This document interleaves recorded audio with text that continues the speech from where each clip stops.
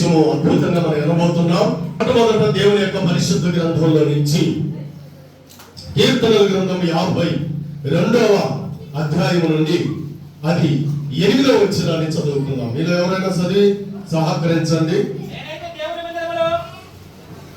నేనైతే దేవుని మందిరములో పచ్చని ఒలీవ చెట్టు వలె ఉన్నాను. నిత్యము దేవుని కృపయందు నమ్మిక ఉంచుచున్నాను. ప్రార్థన. కృపగల తండ్రి, ఈ సమయం నాయన మీది, ఈ సన్నిధి మీది. ఎక్కడ నాయన అభిషక్తులైన దైవజనులు ఎన్నో కష్టాలు, కరువులు, ఇరుకులు, ఇబ్బందులు ఎదురైనా ఈ సంఘానికి కాపరిగా మీరే వారికి ఊపిరినిచ్చి 15 సంవత్సరాలు కాపాడిన ఆయన ఈ దినాలను మేము స్తుతించి భాగ్యం ఇచ్చినందుకు స్తోత్రం.